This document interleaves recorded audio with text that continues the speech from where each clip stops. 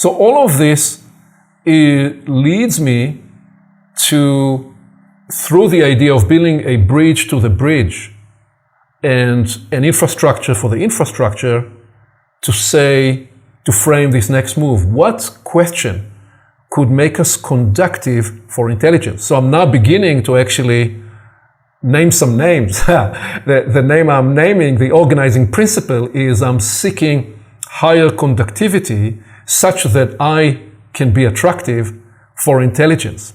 Now I'm about to make a more definitive move in the next slide. So let me pause here in case you want to just play jazz with that for a moment. Yeah, two things pop up for me. One is, I love this, the notion that you articulated about the intensity of looking for the answer and also not having the answer. There's something about, there's a British writer in the 70s and 80s named Colin Wilson who did a lot of inquiry around the structure of how we evoke peak experiences. And one of the ideas he came back to a lot was, if you put more attention, if you put more concentration into something than you need, then you end up having this sort of extra amount of energy and focus and coherence. And one of the most frequent triggers for a peak experience is when you're focused on a problem and then for some reason you can release that problem. Maybe you get distracted, maybe its initial form goes away, but you still have the energy of the focus. And the idea of betweens is fascinating to me. I've done a lot of work on the metaphysics of adjacency, and in some ways that's just a way of placing importance on between steps. Zeno's paradox says that you can never get somewhere because you always have to get halfway, and you always have to get halfway to that halfway. But that's not really a limitation. It's also an invitation to look for something that's at every intermediary step. And when I first came to the theoretical work on the four quadrants, my attention was immediately attracted to the lines that separate the quadrants. And if I was looking for a fifth quadrant, I would look at those lines between the quadrants and ask myself, what's in there? Maybe that's a bridge to the bridge. Yeah, you're beginning to build a bridge for the bridge. And just before I bring the next slide, the other way to look at what we have generated in the first 20 minutes of this conversation is we are courting the inquiry. Rather than attacking the inquiry, we are courting the inquiry. So there is, here we are, two masculine characters, and we're taking a little bit of a more feminine approach to that. There is something attractive in not attacking what it is that we are trying to become conductive for. And so I often think about a contemplation or an inquiry as a form of courting, which now leads me to this next step. And the next step is where I'm making some more definitive move. I ask, what functional purposes inspired wisdom traditions and mystery schools? And this is not a linear or logical or obvious move. This is me allowing, as you like to say, the semi and the unconscious nudge to guide me in this contemplative inquiry and suggest that there may be a way in which we need to integrate some of the even far back, distant in time considerations of those people who were pursuing the fifth quadrant before they even knew that there was a four quadrants, because although they did not probably have the formulation of the four quadrants, where they were aware that they were seeking this intangible dimension. So I'm beginning now to use language that is evocative and suggesting the nature of what will the fifth quadrant be. And now I am prepared to begin to offer some framing. Because when I ask what functional purposes inspired wisdom traditions and mystery schools, I'm going to propose that there were three purposes. And so I'm now going again in a tangent. The tangents seem to be completely unrelated, and I don't know how it will relate, but I trust the trail more than I trust myself, because the trail is going to lead me to some revelatory property given the inquiry that's on the table. The first functional purpose that I would propose wisdom traditions, mystery schools throughout the ages represented was to keep humanity tethered. To keep humanity tethered to some source of truth.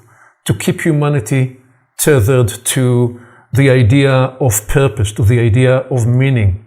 To keep humanity tethered in a much deeper way than words and concepts. To keep humanity tethered to the energetic sources, the essence generation of the actualities, inside of which there may be not just the remedies for the needs and the problems that those people at those times faced, but something that's perennially needed for humanity along the journey. So I see that to have been the first kind of functional purpose, the source of connective tissue to goodness, truth, and beauty, the connective tissue to all that's potential for human life.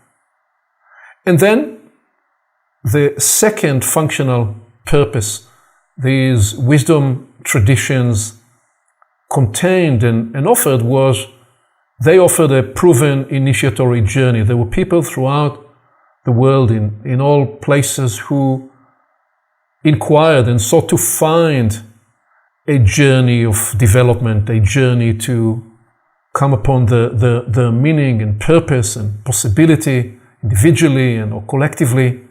And what those traditions represented, they represented a proven and tested path.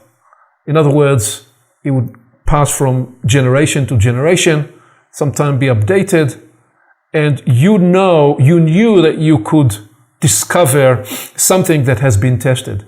And then the third, represented by some of the people in those traditions and mystery schools, every couple of generations, there would be somebody who would be skating to the edge of the tradition, at the edge of that path, to offer an update to the evolutionary path.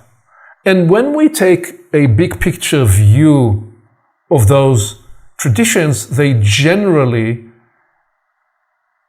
present themselves in two main orientations, two main strategies.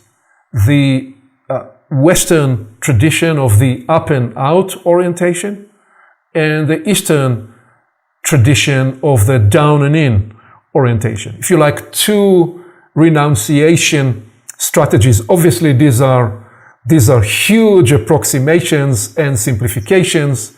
The Eastern orientation down into the body, teach us and build the practices to control the machine, to bring it under discipline such that the various inner lives of the body are trained into better sense of harmony, and such that they, rather than being a cacophonous noise, they support what it is you're trying to do. So that's the down and in, inside the mind, inside your head, to develop that sense of vacant emptiness such that you can become available for something else. So that's the Eastern orientation. The Western orientation of up and out, seek the highest point of communion nearby, whatever that may be, and ultimately develop through that communion a renunciation strategy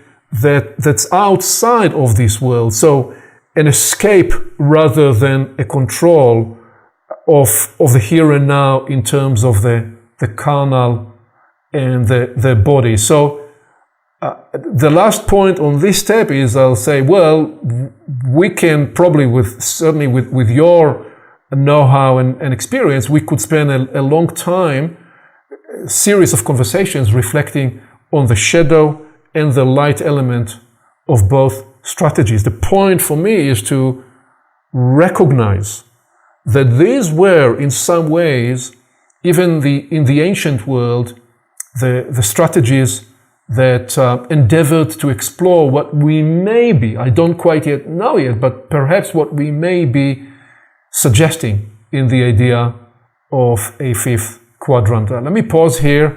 I think you probably can play jazz with quite a bit of what's on the slide there.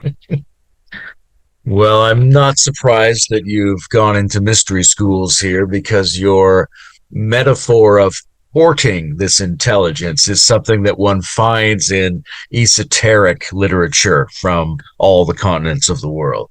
It's in the gospel. It's in a lot of the stuff in India, and we have to become the brides so that the groom will descend into us. I like the three purposes. I think keeping humanity tethered, to me, is the reason why you see waves of prophets throughout history. And the Old Testament is a great story of many prophets coming, because even though the people think they're still following the way, they've actually deviated from the way and they're not getting the results. And so a prophet has to come and say, you think you're being pious, but you're actually not doing it. And we have to start doing it, or else we will suffer the wrath of the gods, so to speak.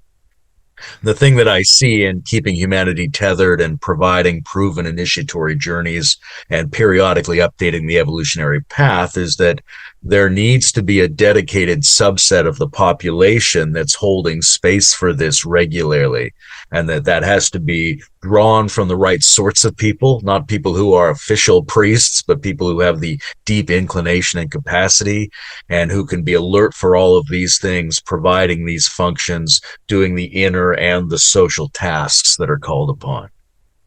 The orientations are classic, the ascending and the descending paths of spirituality. Each has something to offer and each has a detriment. Going up and out, the risk is that you become an escapist who rejects the world and believes in a magical hierarchy that only moves toward increasing abstraction and impersonal experience.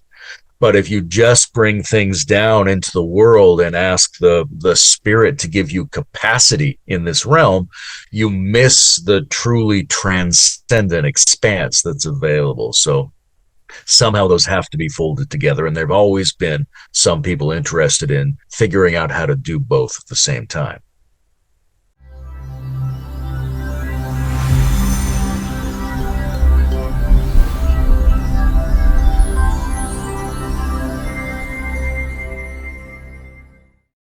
Along with our website at portalsofperception.org, Portals is also available on YouTube and on all podcast platforms, as well as social media. You can become an active member and join the conversation in community events. And you can help us get the word out by liking this content and by sharing it with your friends.